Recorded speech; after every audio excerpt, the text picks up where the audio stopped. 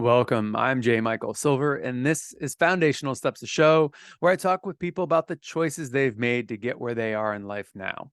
In this episode, I'm talking with James McConchie, founder of Haight Street Shroom Shop. James is an innovator and a leader in the world of mycology. We talk about cancer, broken legs, meningitis, and business, and how it all comes together through the mycelial network. Links for James and timestamps for everything that came up while we talked are in the show notes. Please leave a comment or review. I'd love to hear your thoughts, and check out our affiliate links for things you might find valuable. Enjoy our conversation.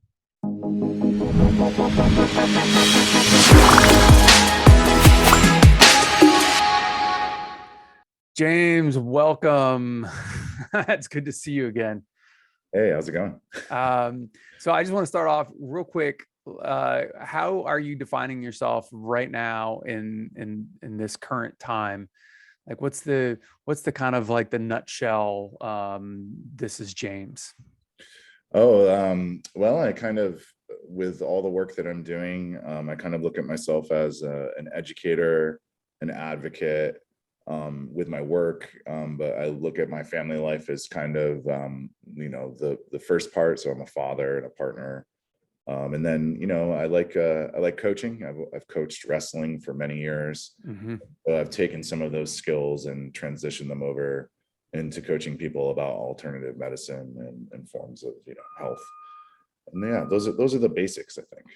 Awesome. And you're doing a lot of speaking engagements and more recently this year, right? Yeah, I've had a really great opportunity now that COVID has been lightening up and we're kind of going back to in person. And it's not as much of a concern as it was. I've had an opportunity to go to Salt Lake City. And then this past week, we had an amazing event here in San Francisco for Bicycle Day, the celebration of Albert Hoffman's first intentional ingestion of LSD. Awesome. It was a really great. It's a big deal, and that's kind of a big deal every year in San Francisco, isn't it?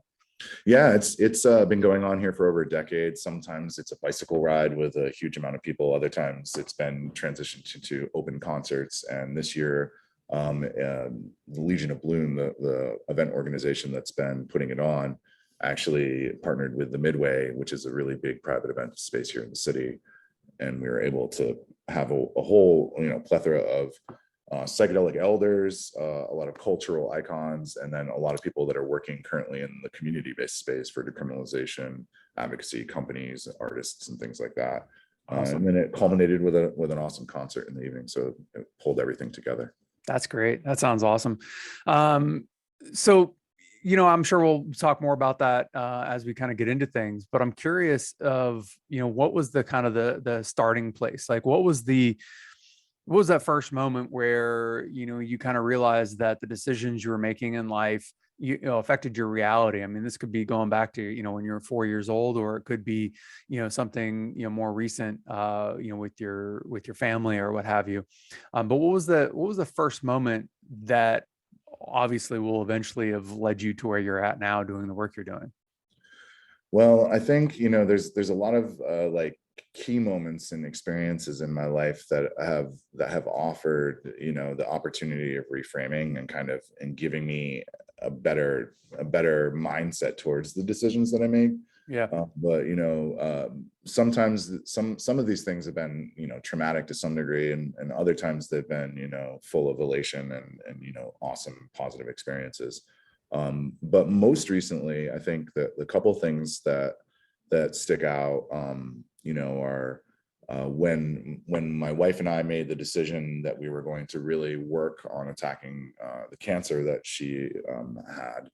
And she's in full remission now. So it's been a journey, right? And understanding that journey and making the decisions consciously towards, the approach towards health. Mm-hmm. And mindset, because in the end, your mind, your body, your spirit are all connected together. And when you're working on balancing them out, even if you're really sick, even if you have something else attacking your body, those decisions that you put forward really can affect the outcome.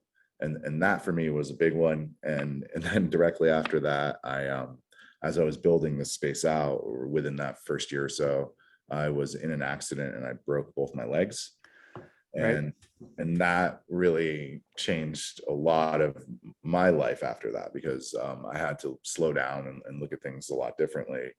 And the fact that I was still here was really the big win in essence. And so the decisions now that I move forward with, like, have a lot of a different perspective, because I'm still walking around, I'm still skiing, I'm still wrestling, I'm still doing all the things that I did. And theoretically, there was a potential that I wouldn't even be walking again. So yeah, I mean, and you had no idea when you broke your legs, you had no idea if you were going to walk again, or to what extent you were going to walk again, correct?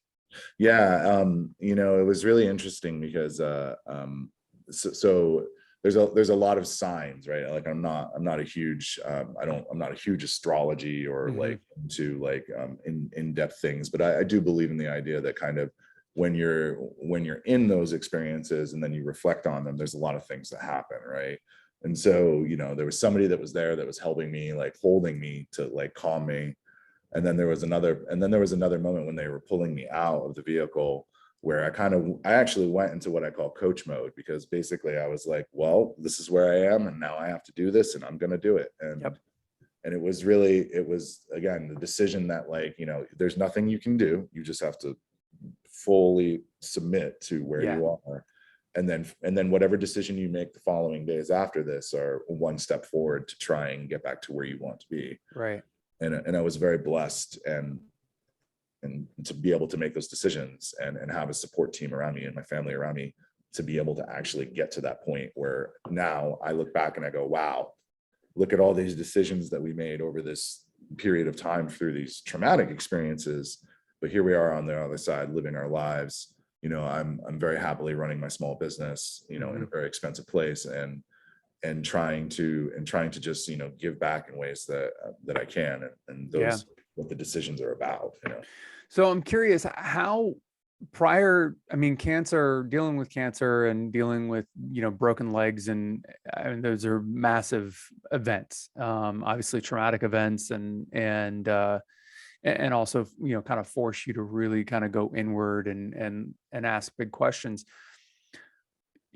My knowing I've only known you after those events, so in my mind you're just a deeper thinker. You kind of take things and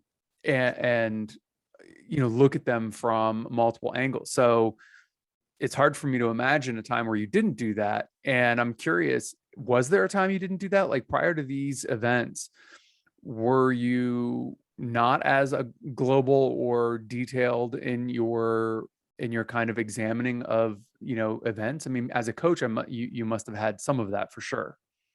So I think that's the thing. It's like what I've always noticed about my experiences especially when we talk about those, because I've had good experiences too, right? There's been moments of like what I call wins, right? When just the societal form of just describing. However, those wins, required a whole bunch of steps to get to that point, right? Right. And so as I've always tried to keep my mind focused on like the process and not necessarily the outcome.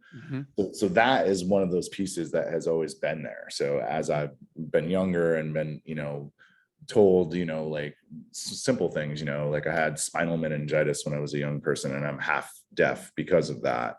And, and being told that those things are going to affect your ability to engage in society in a normal way from a young age, all of a sudden, the idea of like, well, wait a minute, I'm still here. Like I'm still in kindergarten with all these other kids, just because they think I need a hearing aid in my ear and the teacher has to wear a weird mic or something like that, and then as that went on, being not different, but realizing, oh, I have to cope in different ways because of these, gifts is how I like to perceive a lot of these things, is because when you don't look at them as disabilities, you look at them as a gift for you to learn to live with, then your mind frame changes. And from a young age, I was always able to kind of change that mind frame. But the thing that's interesting is that each of the experiences that, like, especially like the two that we're referencing right now, they had these growth moments that went beyond them to take that attitude and apply it even further in the decisions that I make now. So my global mindset that you're talking about, it's like it continues to expand, like Yeah. I love to think of it like the mycelial consciousness, when I get into all my mushroom talk. And like, mycelium continues to grow and find connections and connect to itself and just expand as one kind of entity that will continue to grow until it needs to sprout a mushroom to then spread its knowledge and its genetic material off to the next place to learn to grow. Yeah, that's awesome. Yeah, it's interesting. I mean, I knew you were partially deaf or had some hearing loss. I did not know it was from spinal meningitis, which is, I can't even imagine what that must have been like as a kid.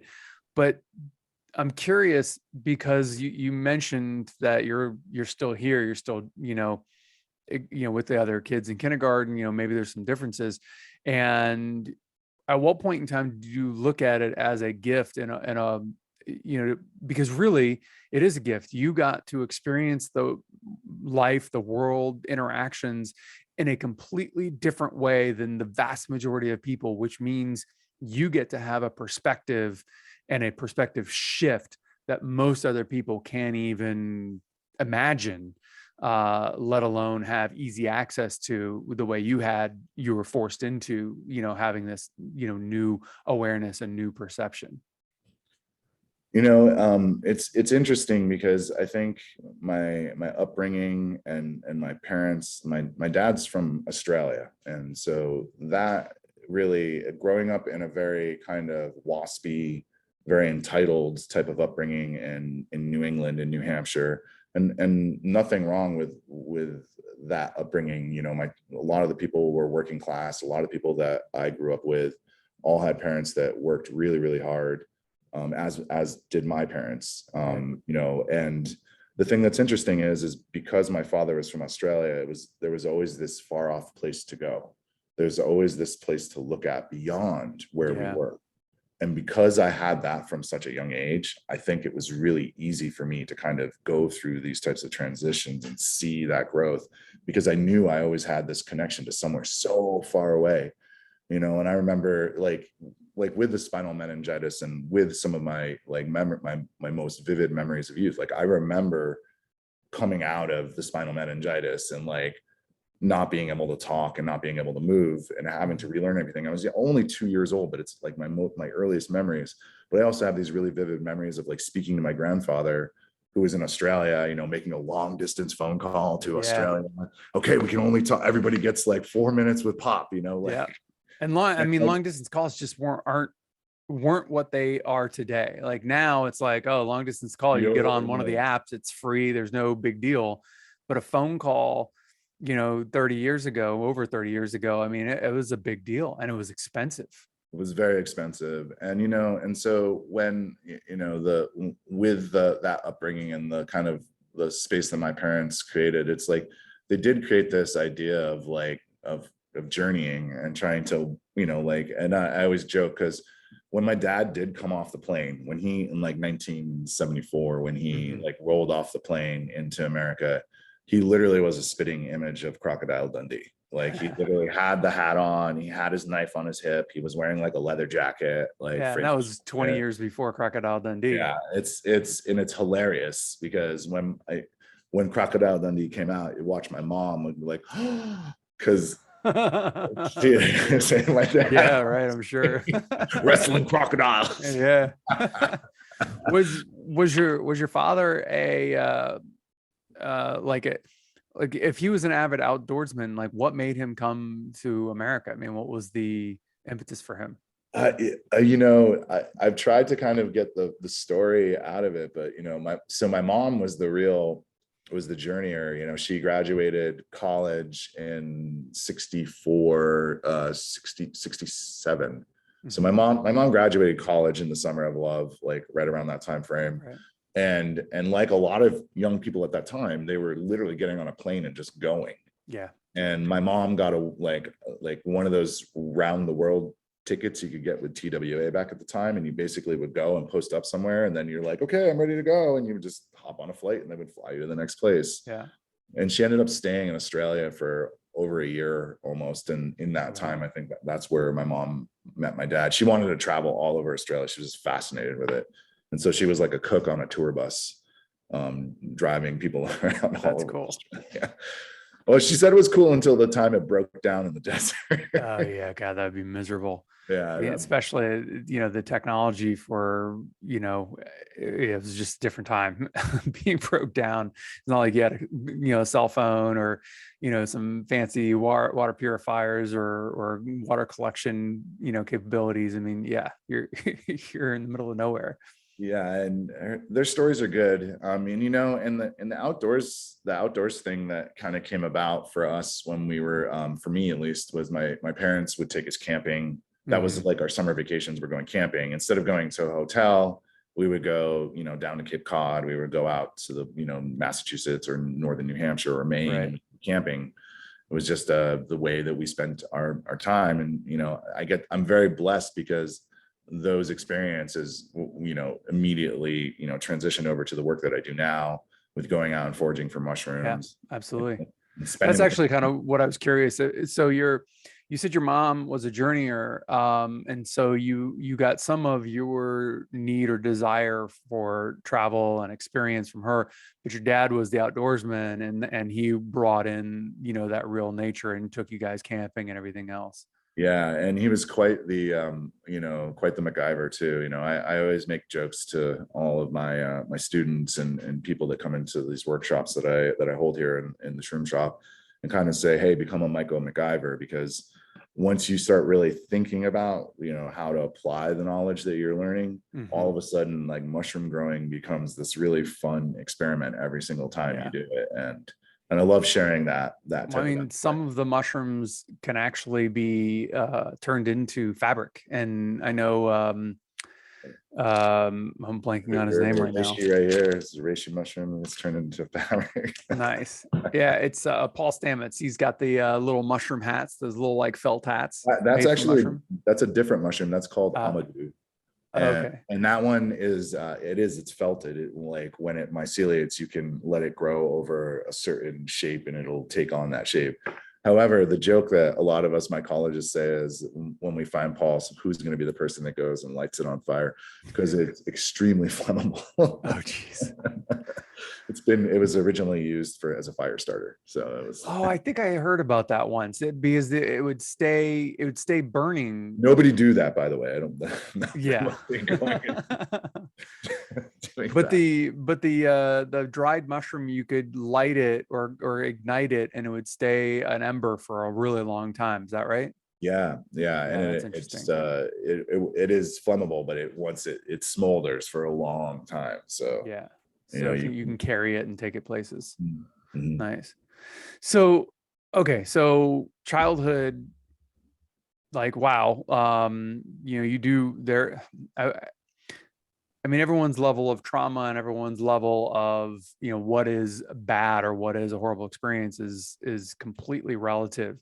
So from my perspective, not having major child illness and not having to deal with cancer or major, not, can't walk for months on end, like, that sounds really three really intense things.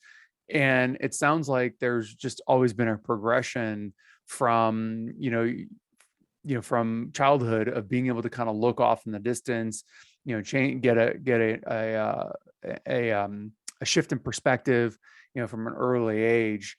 So it's really more about deepening the experience and finding new levels than, any like one particular lesson, because it's always kind of been this ability to reframe and explore and find something new. And then it's just a matter of like deepening and exploring greater depths, whether it's inward or outward. Yeah, and I want to say this as candidly as possible too. It's like, sometimes, like, if you look at situations in just simple terms, right? Like, you have situations that are like, red, yellow, and green. And I'm sure some of you have heard this analogy before, but when the green light situations are situations that are always positive, always moving forward, situations that are risky are like yellow light situations, because that could turn into a red light and it could make you want to stop, or it could stop you. right? And that's a lot of how I kind of like frame a lot of these different things, is because sometimes you want to take risks. Yeah. However, you want to have the right amount of knowledge and the right amount of experience that when you take that risk, the likelihood that it turns into like a green light is greater. And each one of the depth of each of these experiences that sometimes I've intentionally put myself in, or other times I've accidentally fallen into, whether it's physical, mental, or spiritual, each one of them has done that, exactly what you're saying, has created that like perceptual shift that informs me to where I am now, to just be a little bit more. And does that mean that they're not going to be more hard situations? I don't think so. Yeah. I've We're watched. alive and living, so Yeah, probably going right. to be some more difficult times of some sort. Yeah, and that's the truth. I mean, it's like, like a friend of mine passed away recently that was younger than me, and he has a son that's the same age as mine, and it's mind-boggling. Yeah. To feel that, because we had a relationship revolving around mushrooms too, which makes it even harder for me, because we had a learning and collaborating relationship, and all of a sudden we're talking about mushrooms and then not there. Yeah. And it's hard to hold on to things like that, because now the only thing that I have is those past memories. However, I know if I continue doing the work that I'm doing and sharing the love that we were collaborating with, I will continue to take his memory and move it forward. And that's what being in service to people and being in service to yourself, comes down to, for helping, or whether it's helping or supporting, being a resource. Like it takes a lot of time and energy, and it's a lot of work. But the thing is, it's probably one of the most fulfilling things that I get to do when I work with people one-on-one with whatever they are interested in, revolving around plant medicine, fungi, pathogens, anything. So we're, obviously you're a mycologist, and, this is a massive part of your life professionally. And I know a little bit of the backstory on how it was for your family as well, especially dealing with cancer. Is that how you came to mycology? It is the backstory, right? Full disclosure, right? I teach about what the three categories that I like to talk about mushrooms with people. I teach about gourmet mushrooms that taste good and good for your body. I talk about medicinal mushrooms, ones that work on your system functions. And I talk about neurotropic or therapeutic mushrooms, which are mushrooms that are good for your brain. And that includes psilocybin and lion's mane and a bunch of other amazing, beta-glucans and polysaccharides that you can consume. And so, what's really interesting is, like, when I was younger, when I was in my teens, and, obviously I love tie-dye, and I'm, to follow fish when I was a younger guy. And so, the ability to consume psychedelics in a recreational format was available to me in certain times. And so most of those experiences, because I was with people I trusted, because I was, in experiences where I felt I was going to be safe, I had really great experiences. But those experiences didn't create the love for mycology to where I am now. And it really was my wife's cancer and learning about Paul Stamets's research into the turkey tail. And that, surprisingly, or by luck or by faith, chance, universe, whatever, my wife's cancer diagnosis was the exact same as his mother's. Oh, wow. Okay. So when she steps up on stage, and friends, if you haven't watched that TED Talk, it's from, I believe, like 2012. But I highly recommend it. Just look up TED Med, Paul Stamets.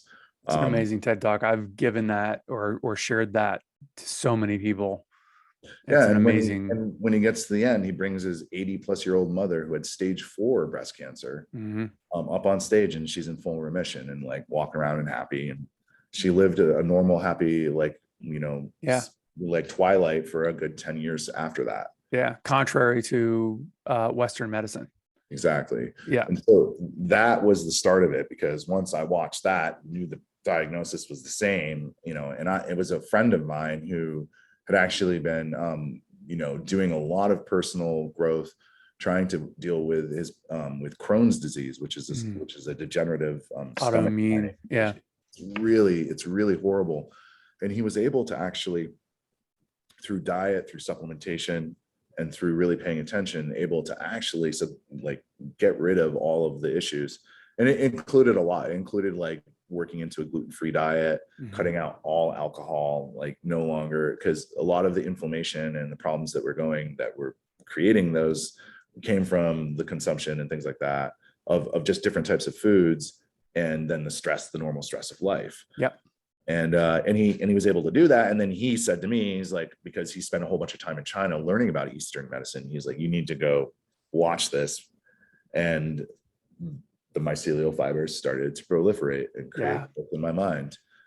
And then so I didn't start growing or working on foraging at that time.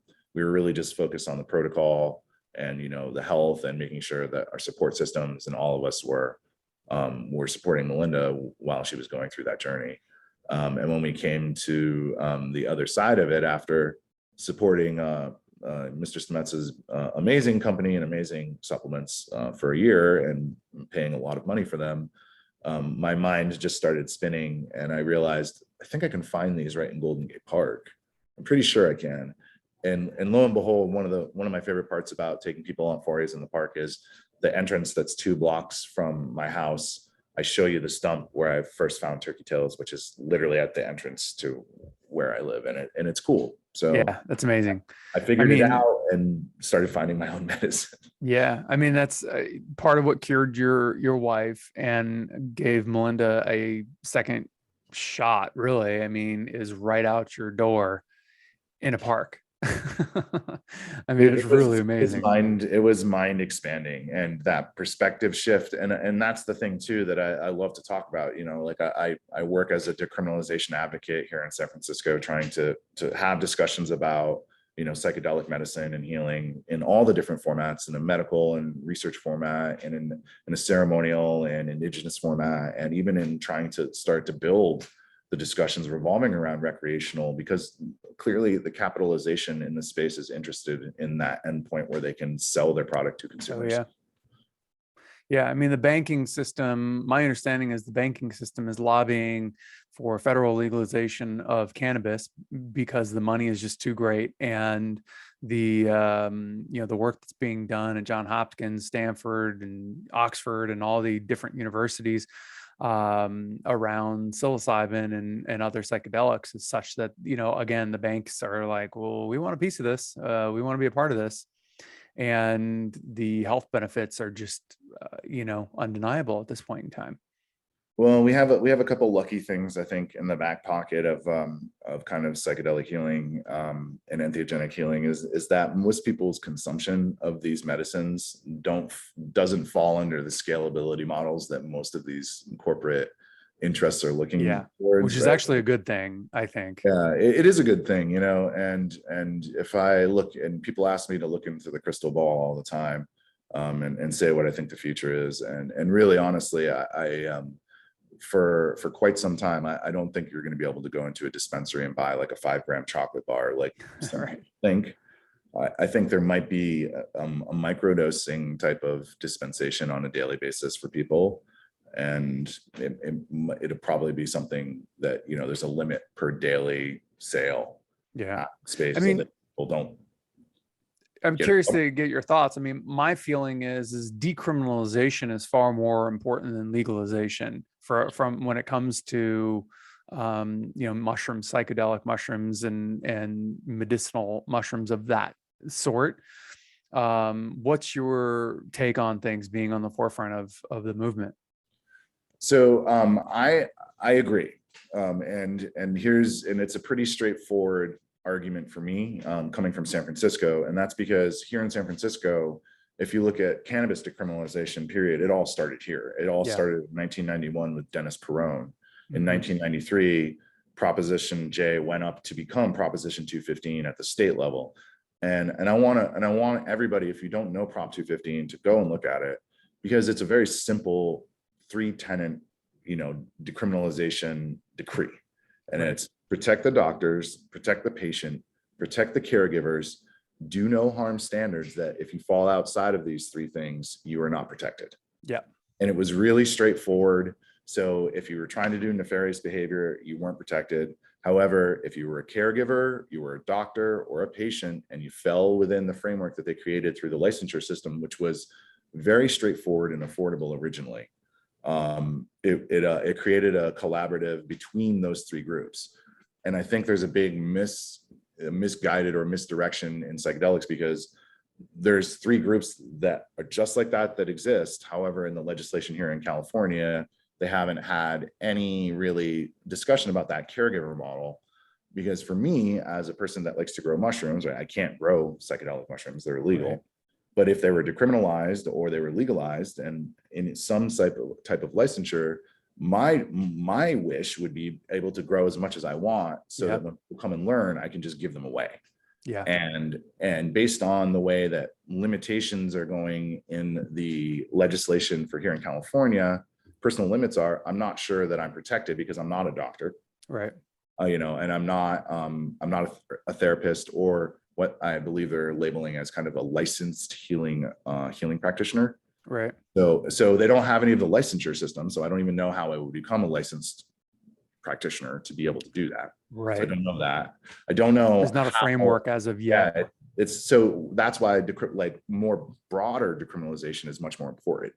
Mm-hmm. Right. And if you talk to anybody in California that has been working in the cannabis space since the early 90s, when all of this really started, they call those first like 10 years before Prop 64, they really call that the golden years. And that's because the framework for cannabis to be grown was very straightforward. Mm-hmm. And if you were a farmer, all you needed to do was have a collective of patients to be able to scale your farm. Mm-hmm. Now, scaling a farm is taxed on acreage, taxed on licensure to operate, taxed on the county, taxed on the state, and now we're gonna have a federal tax. Plus what you have to pay upfront, plus just what the market demand and cost is for what your output is. There are no longer going to be any small, mid-sized cannabis companies or growers or independent growers here in California. They're being edged out by Prop 64. And so the legislature here is somewhat conscious of that. However, the way that we're moving right now towards psychedelic decriminalization here in California, right, I'm not sure that they're taking into account those experiences or that precedent. And so I agree with you 100%. We need to have a broad decriminalization framework. Set it for a time. If the legislators are really like, oh, we can't do that. No, you just set it for a time. You say 3 years. 3 years, we're having this period, people can operate this way. Here's how you do it legally. Here's how you get your license. Here's how we have so many doctors here in San Francisco. Oh, I bet. That are already licensed and ready to give people the prescription to get this, or be the provider of this, but we don't have any of the middle stuff yet. So I'm not fully, in agreement with the current legislation. I'm interested in all legislation. I want to make that really clear, because you have to be willing to have the conversations.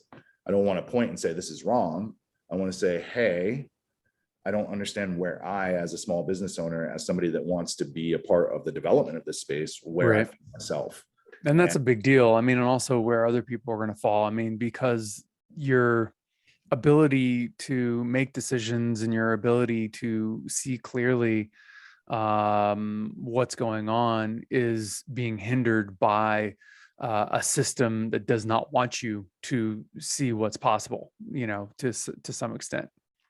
Yeah. And I want to say, politics are something that, a lot of my contemporaries that work in mycology, they specifically stay away from politics. Yeah. And as somebody that's been working in a very surprisingly conservative, we'll say progressive conservative space here in San Francisco, right.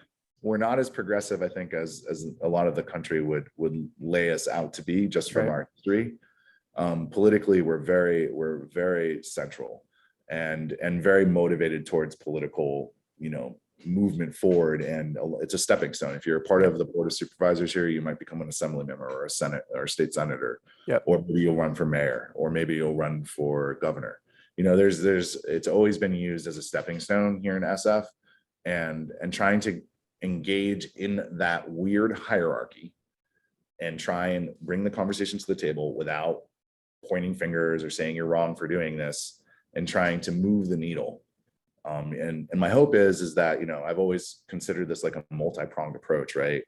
Talking to the supervisors, talking to the senators, talking to the legislature at a greater level, and then making sure that the community groups, like the veterans, like how the different locales, you know, it's like Oakland and how they work and operate, and how San Francisco, it's going to be different. It's gonna be different, right? So So that's why decriminalization from a broad aspect is better.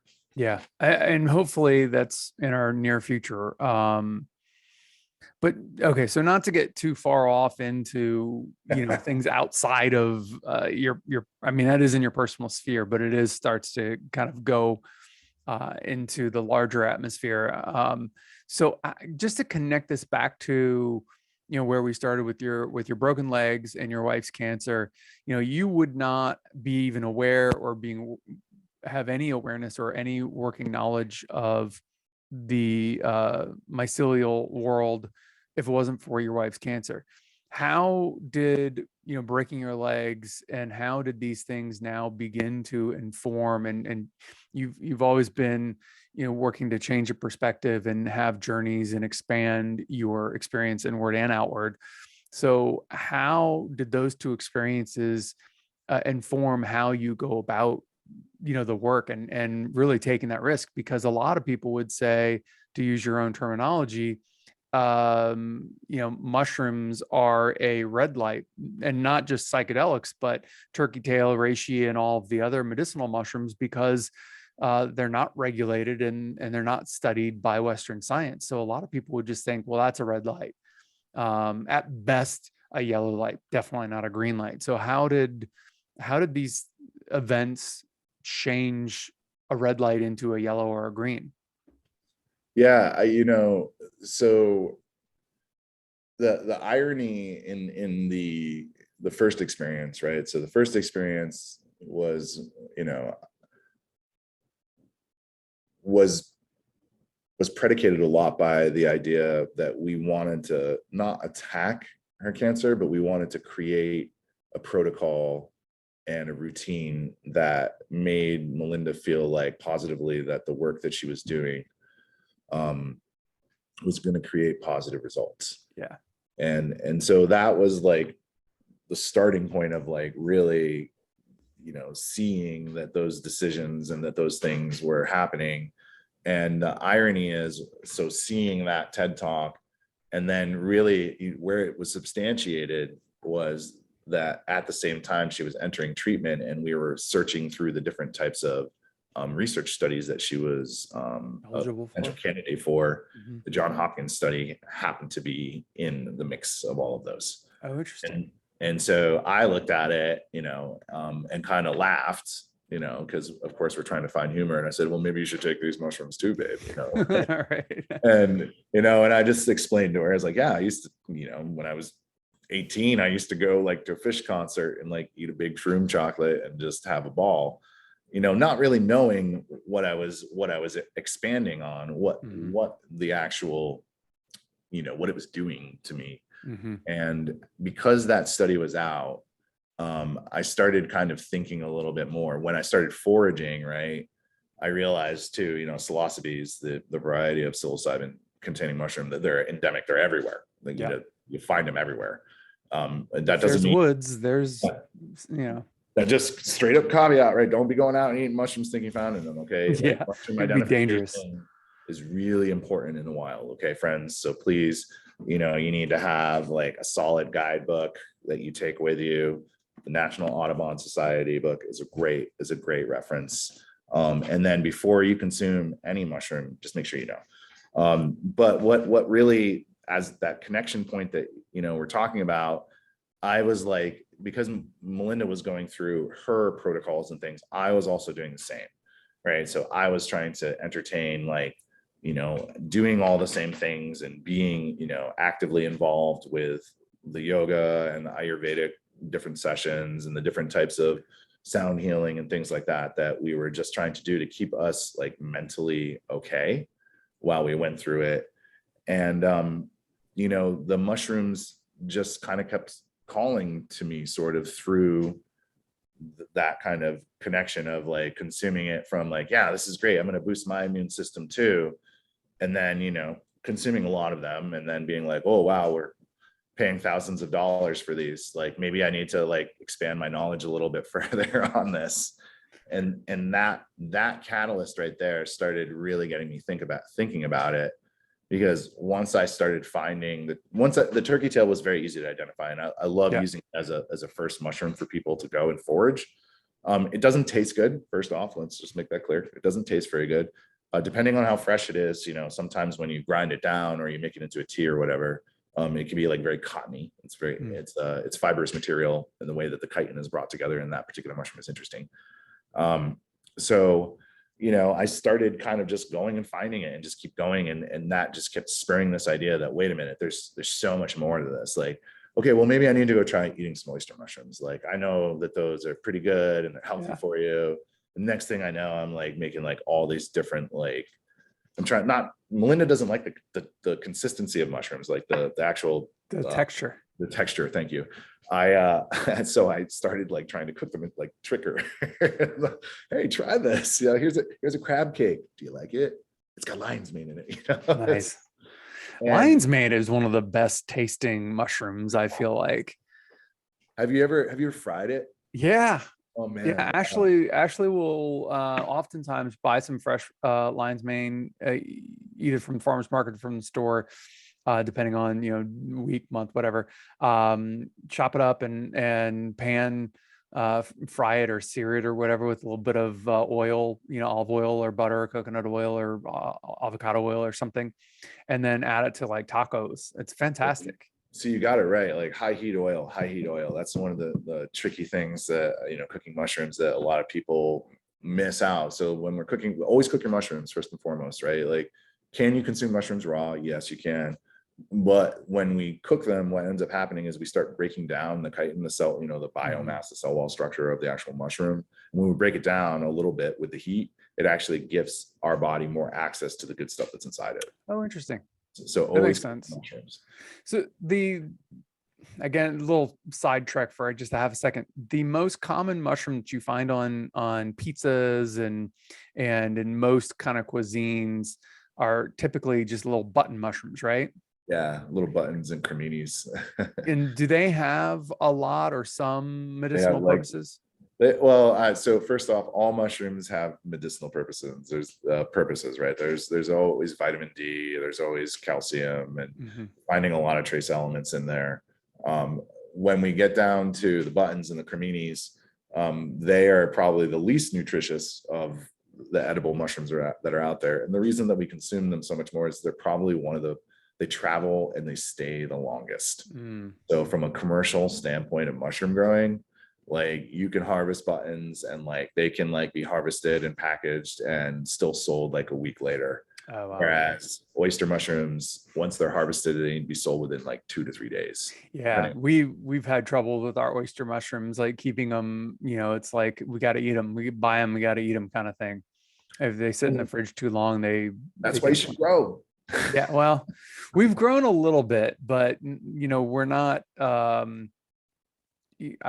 don't know. Well, we keep on talking about it. It's in our future for sure. We'll get you a block. That's what we'll do. We'll get you a mushroom block where you just have to watch it do its thing, man. It'll be fun. Yeah. Okay. So back to kind of the experience, and I want to, because we've been kind of focusing on Melinda's cancer. I'm kind of curious. I want to get into your legs, because that really forced you to slow down, and you had already shifted major focus and changed your entire life direction when you were confronted with cancer with your wife, and what you guys had to go through and had to do to assure the best possible outcome. So with your legs, how different was it? Was it just more personal, or was it the same thing? Like, what was the experience? It was exactly that. So the part that hurt me, emotionally or spiritually at the time, was I was literally about a week away from completing the lab in the shop and having the shop really into the iteration that it exists in now. Oh, wow. Okay. So that was a really hard thing for me, because I had been down here working so much. At the finish line. I physically did a lot of the labor that is around me. Like this wall behind me is the old floor of the loft that was originally over here that I cool. thing. And I repurposed a bunch of really cool stuff that I found here. But in the end, it was like I was ready to like open my doors, and it was, we weren't in COVID. So it was, it was like 4th of July, and I was like all excited and like went and had an amazing camping trip with my band and my family up in Guerneville. And then I came back and I was filming all day with my friend. And when it happened, I was like grinding, I was like getting ready for my launch, like my business and all this, like, hoorah, like I'm the mushroom big moment guy. to come. Yeah. And what ended up happening was when the accident occurred, and then I kind of sat back and I had to look at stuff, it just like a lot of changes became really, really clear right away. And the changes weren't like, oh, you can't do this, you can't do that. It was like, everything you do needs to be for you first and foremost, not for other people. Right. Because I was initially grinding out thinking that I needed to present myself in a specific way. And what I realized after that, after having to slow down, is that the work is really here. It's here in this space, and trying my best to isolate myself, not in isolation, right? Isolate myself as this is the spot where people can come and have the conversations. And that was the thing, because at that point I thought I was supposed to run out into the world. And even after the injury, I did so. Like, it was still, there was this whole learning experience. I was walking around with a cane and like traveling to Jamaica and talking to the government over there, and then coming back and trying to like continue to move this forward while I'm running around having a lot of conversations as the initial, industry of psychedelic medicine and companies was really developing back in 2019. And some of those companies now that we were working with and talking with in Jamaica are now like public companies. Yeah. And what ended up happening was I went through all this, right, as I'm healing, and and COVID hit. And that just changed the whole world of everything. I'm kind of like, I'm at this healing point where I'm like, I need to stop traveling. It's like, I want to be here and working on this. And literally the universe was like, oh, here you go. Here you go. Yeah. Perfect timing. You're doing good. You are for a whole year. And that whole life shifted around. So it was like, my breaking my legs was really like, all of a sudden it's like, it was where I got to become an entrepreneur, where I got to become a business person in the space, because what it offered me is these slow responses to go and work in different situations. Yeah. And then COVID hit, and that created different situations too. It sounded like it also prepared you for COVID to some extent. I mean, because you were already in a slow down, more methodical, kind of frame of reference. Well, the thing that I always like to make kind of some of the light humor on things, but literally like 2 weeks before COVID really hit, I had just gone to Costco and like upped my stock in like 70% alcohol for the lab. And so we made it through the first year of COVID here in the shroom shop without losing alcohol. And when you look at that, we all were, remember when we ran out of hand sanitizer? Oh yeah. This is like mind numbing now when you think about this, right? The amount of like stress we were all going through, and I'm just sitting around, spraying myself with alcohol everywhere, because that's what we do in mycology. So in the end, it didn't really feel like as big of a deal as it was to me, because I wear masks all the time when I'm doing stuff. But at the same time, that slowdown moment, like it all kind of kept like creeping along. So it's like I broke my legs and everything kept slowing down, like everything. I'm thinking, oh, I'm running around, and it just kept slow to a point where this is where I just pretty much spend like 90% of my time. Yeah. And then I get to go out into the world when I can and try and have conversations like this and spread the messages. in ways that make sense, and I can do it at the speed that I can afford to do. Yeah, it's interesting that breaking your leg slowed you down, but it clearly did not stop you in any manner of speaking. What were some of the coping mechanisms? I mean, and also just in terms of dealing with your wife and obviously going back to meningitis, was there music, meditation, athletics? Obviously you're a wrestling coach, so that was eventually there, but that couldn't have been there when you were 2 years old and or in kindergarten, initially. So like, what were some of the coping mechanisms and how did you deal with the stresses and, the reframing of your new kind of ability to move or not move, really? Oh, when I was younger, I think, I like to be silly. And I hope that kind of comes across sometimes. Yeah. Because I really do like to laugh. And I think the just finding the humor in situations, and I'm also someone to try and lighten the mood. And that to me is always been kind of a coping mechanism, because in the end, everybody suffers. Like, suffering is part of the human condition, but it's not the suffer that is really the thing that we all want to focus on. It's like, we know this suffering, and what do we want to do to alleviate it? Like, what are our next steps? The pain's And going to be there no matter what, and then it's just a matter of like how we deal with it. and it was a lot of physical activity, because at that time when I was younger, I was kind of told like, oh, your balance is going to be off because equilibrium, and it just took a longer time for me to figure it out. My balance is no different than anybody else's or anything like that.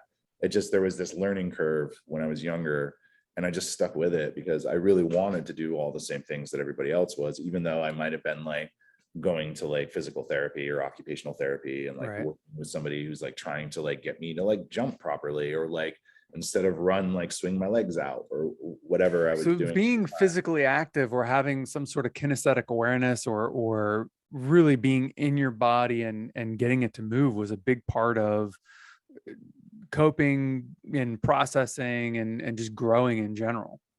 I'm really lucky, and again, it's one of those silly East Coast things, but like, I'm really lucky that my parents put me on skis when I was really, really little. And I have been skiing since I was 2 years old. And I still ski, which is every single time I strap my boots on right now, I almost cry, because it's a blessing that I can still do it. Well, skiing is amazing. I think it's proprioceptic. I'm not sure if I'm saying that, but it develops your proprioceptic, your ability to control your body and move in a way that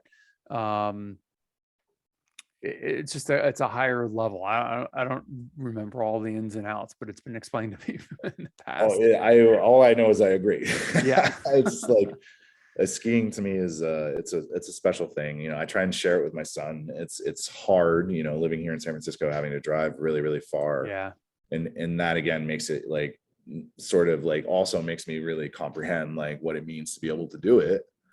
And I also, when I was younger, like when I moved out here too, I did a lot of like soul searching out there, like doing like backcountry skiing, learning how to like do avalanche safety, and spending a lot of time outside by myself in safe situations. Just kind of like honing skills that I thought were interesting to me, because everything takes practice. And and the idea of discipline, and not discipline in a reprimanding type of way. I'm discipline as in kind of to keep doing it, to keep at it, to be disciplined in whatever your craft is. I've been very blessed that my general disposition towards things, I'm always going to keep trying. Like, even if I fail, I will always keep trying. And that to me has put me in a really good situations in life. You've mentioned a few times being alone or doing things kind of on your own, or isolation or solitude. I'm curious, is that a natural inclination to just sit alone or be alone and doing something or in some fashion, or is that something that you've developed over time? That, I've never really thought of it like that. I know now I kind of like talking about burnout a little bit with people right now, because, I worked in tech for over a decade here Mhm. in Silicon Valley and Bay Area, and burnout is real.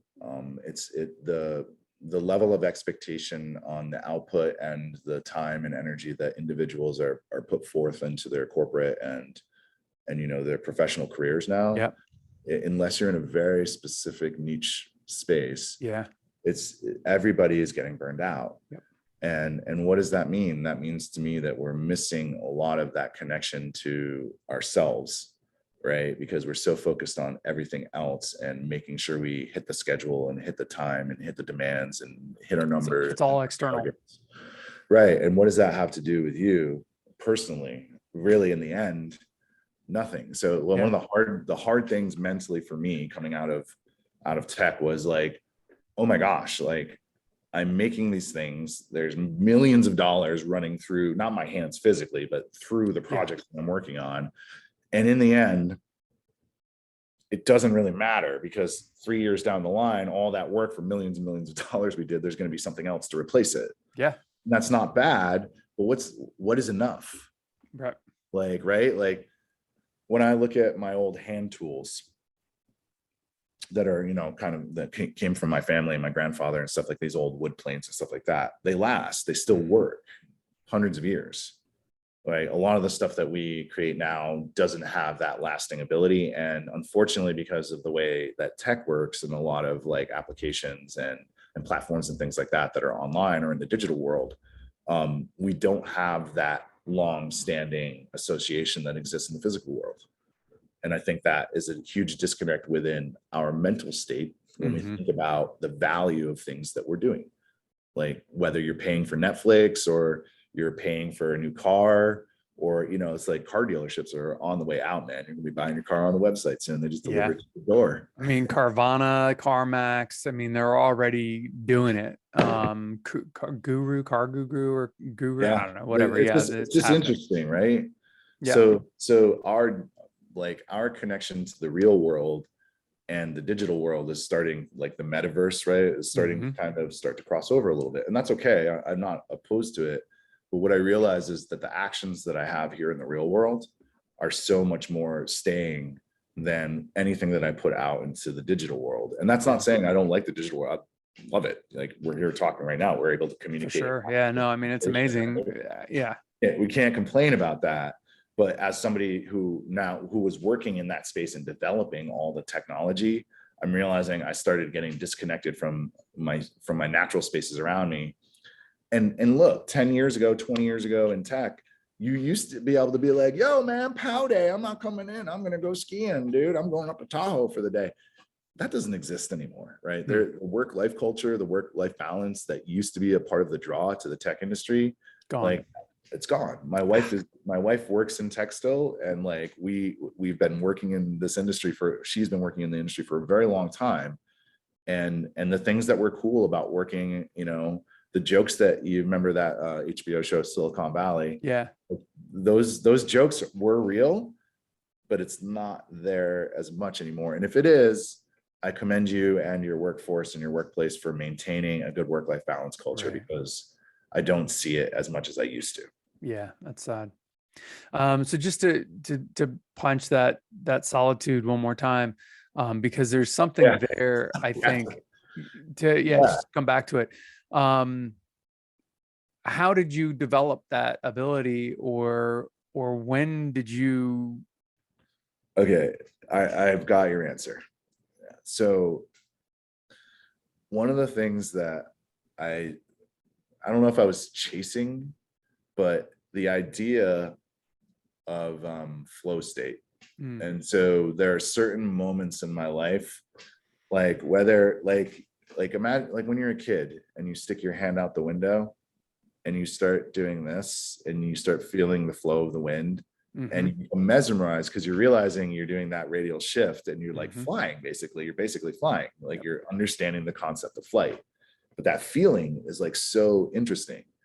And so feelings like that. And then skiing, right? When I first learned to ski, when I was 6 years old, I used to get yelled at because all I wanted to do is point him straight and go down the mountain as fast as humanly possible because it felt amazing. Felt like you're Right? flying.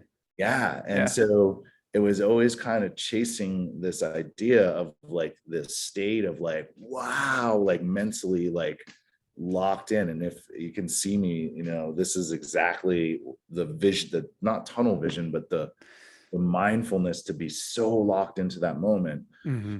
And then I was lucky because I experienced that through skiing and through kind of these interesting just epiphanies as I was going through my life experience as a young person, you know, like being out in the snow and laying in the snow and looking up and like watching clouds and things like that. These were all things that were just for me and myself that were, I realized, wow, look at that. And it was because I was so inside of the state of where I was or what it was. And then I started developing that into kind of more meditative practices. And the real big one for me was when I was in college and I wanted my breath in my wrestling to become better. And I started learning how to play the didgeridoo. And when I learned how to circular breathe, all of a sudden I was able to find solitude within seconds. And so the idea of like wrestling, because wrestling, when you're in the flow state too, it's just you and the movements and the technique. Well, skiing is also, I mean, even if you're going with family or a ton of friends, like I grew up, I think I started skiing maybe when I was 12 years old, and there was a family group that we would go with. I think there was like 20 families or something like that, you know, tons of kids, tons of, you know, parents and everything else, and all ages. And like, you know, we'd always meet at the top and we'd always meet at the bottom, and we'd ride, you know, 2 or 4, you know, whatever, depending on how big the lift was together, or maybe even 6 on some lifts. But it's still, there was a certain extent, even if you were following someone or someone was following you, you were kind of alone. Like you were in your own pocket reality for a period of time, you know, until you got to the bottom. Yeah, that's the feeling that I kind of started recognizing really young. And then as I got older, and we were talking about burnout earlier, which again was really coming to where the idea of solitude came about, is like I started realizing that I just needed breaks from everything.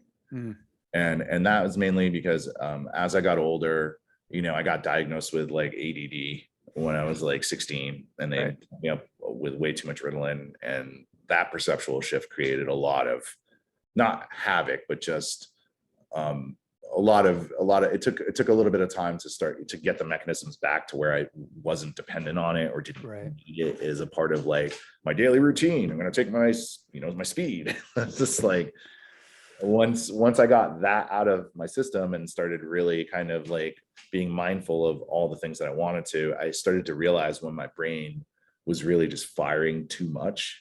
And that was when I started recognizing, let's say probably like 18 or 19, when I went to boarding school. I went away to boarding school. I got recruited for wrestling my last 2 years of boarding school. I really realized there that I could find solitude much more easily, because it was amazing to walk somewhere and be away from everybody. Yeah, so valuable. I mean, I feel like just going for a walk, you know, because you're moving, so it's easier. It's an easier entry point into, you know, a meditative state of mind or just a mindfulness state, because you're doing something, and most people, I feel like, are more comfortable having a moving meditation or a moving mindfulness, or, you know, it gives them kind of a you know, something to come back to that's a little bit easier than, you know, a mantra or even just a general mindfulness practice where you're just, you know, sitting in observation, because you have an activity to focus on. Yeah, you know, and for me, and that is exactly where, you know, it's not like, you know, with kids now, we give them fidget spinners and stuff like that. When we were kids, they would, you know, just like tell you to stop moving, you know. Yeah.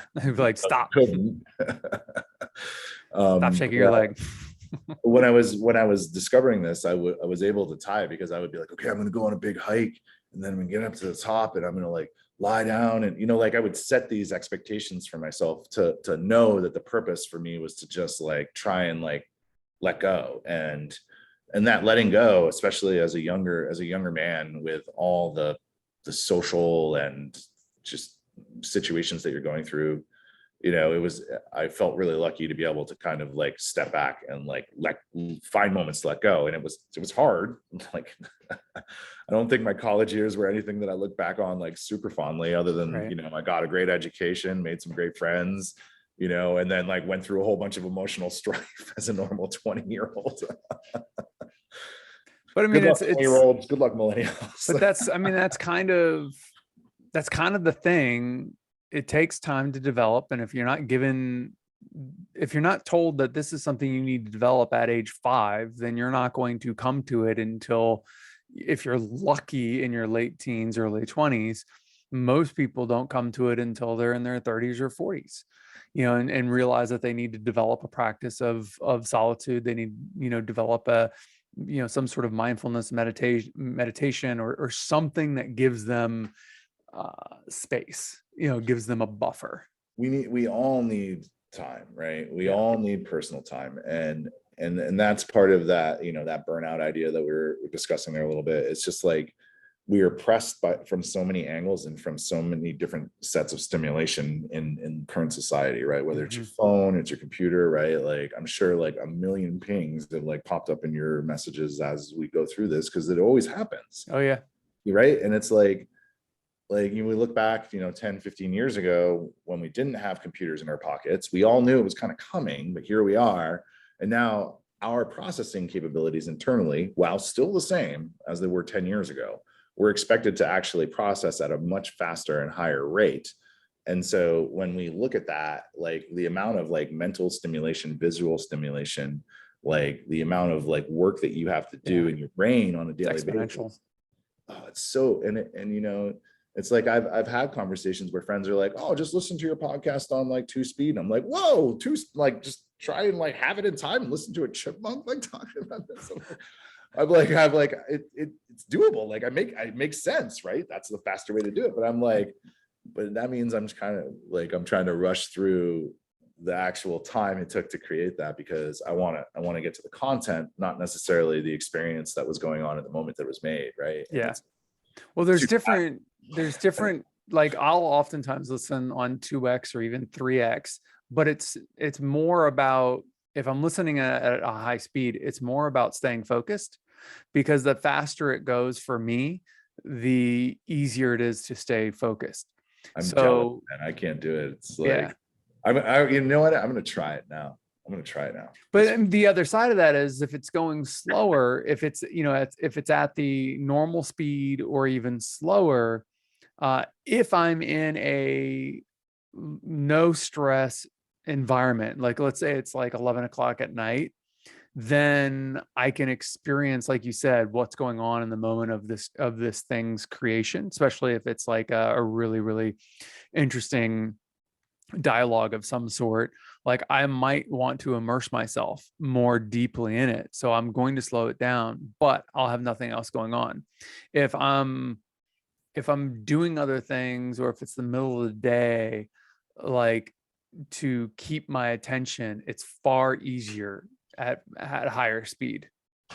I'm going to try it. Yeah. We got the soul. We got to try. And that's just my experience. Like, the few times I've done it, I've accidentally clicked it, and I'm like, whoa, hey, what's going on? Why is it sound? One of the things that I would suggest is, if your brain, if you're not used to it, build up. So see what 1 1 1 2, 1 4 1 5 1 6 1 8.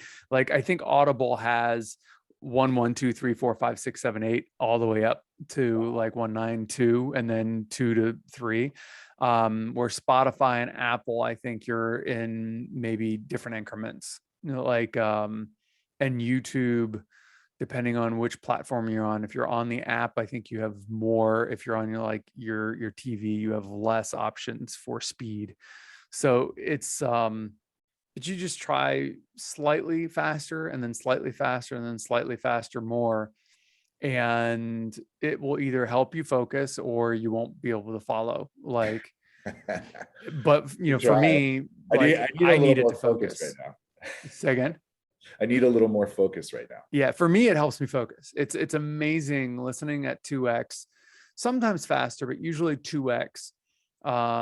It's much more easy for me to stay engaged and to really hear what the people are saying. Where if When you I go slower, I just go on tangents. I'm like, oh, Are what you about this? And multitasking when you're doing it too, or are you just like, sometimes like walking the dog, maybe driving, cleaning, things that are that I don't have to track mm, like with any high level, because as you start to split your focus, you need to be kind of in a flow state to a certain extent. Otherwise, you'll miss out on certain things. So, like if I'm playing Sudoku, my average time to complete a game goes down significantly if I'm listening to a podcast or a book or something like that.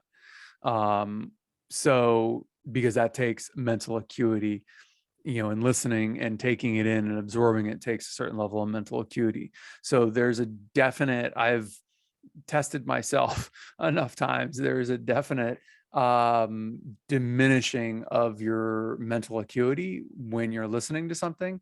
So there's certain things that I can't, like if I need to focus on something, I can maybe put something at 1 or slower and still take it in, but I mm, can't necessarily have it on at 2x.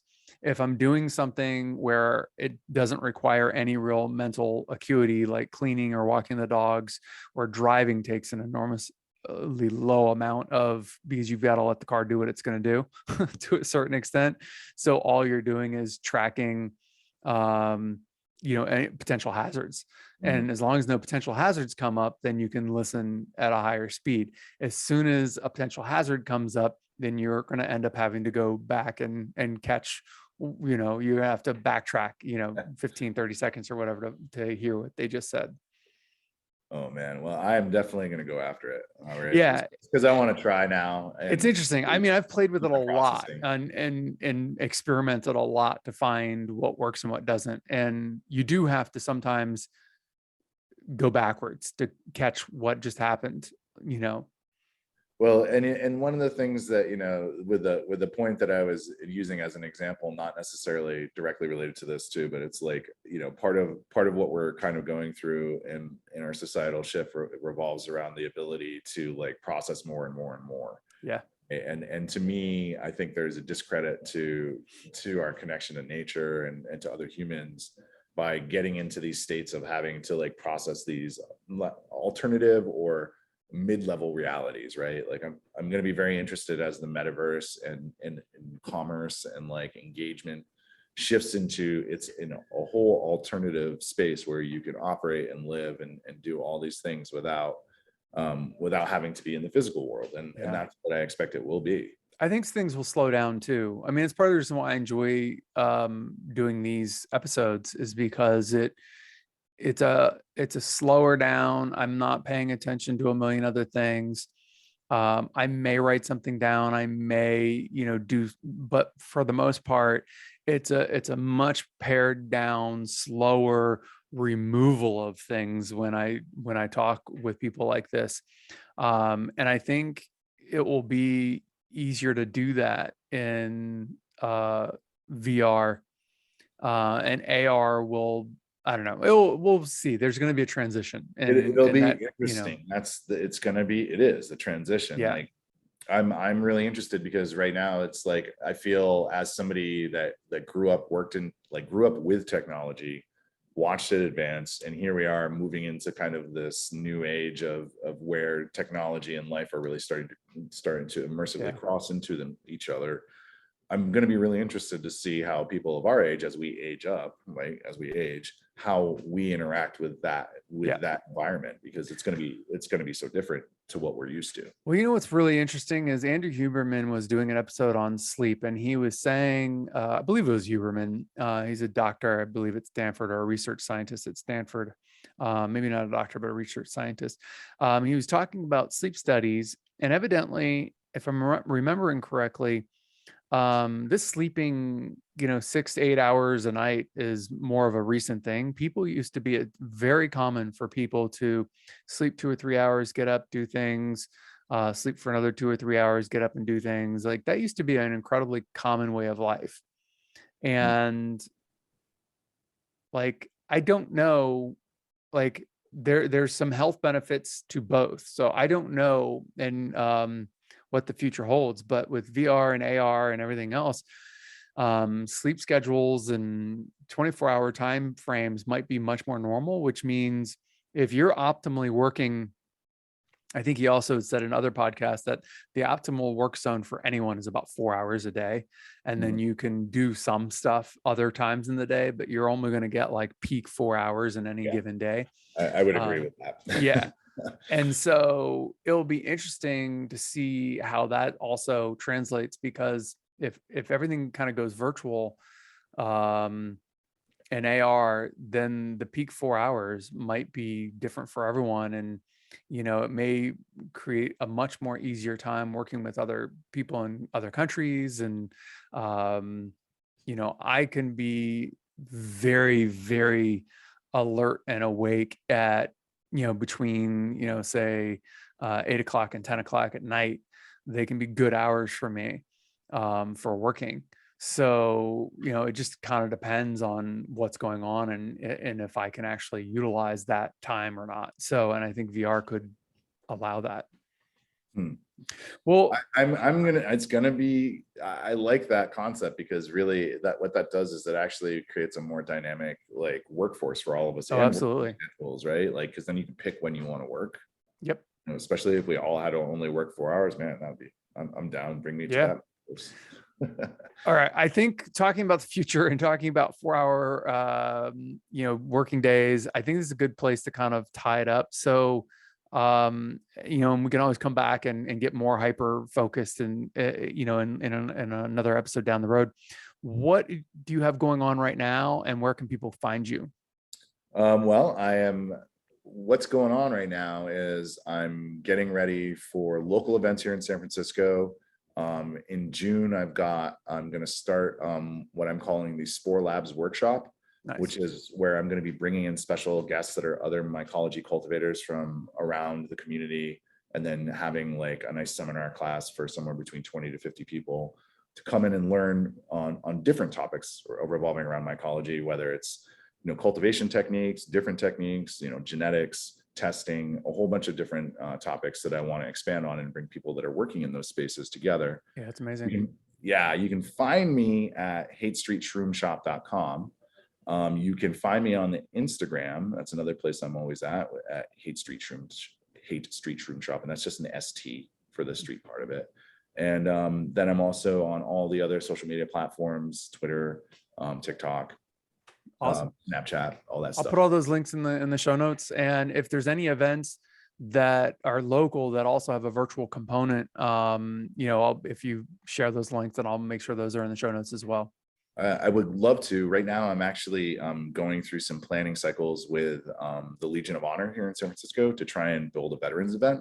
So once that is solidified, the dates are locked, I would love to share that with everybody in your community as well. Awesome. Don't forget to leave a comment or a review. I'd love to hear your thoughts. New episodes every Tuesday, and check us out on YouTube for short clips from each episode. Thank you. And until next time, remember, your life story is yours to write and rewrite as many times as you want.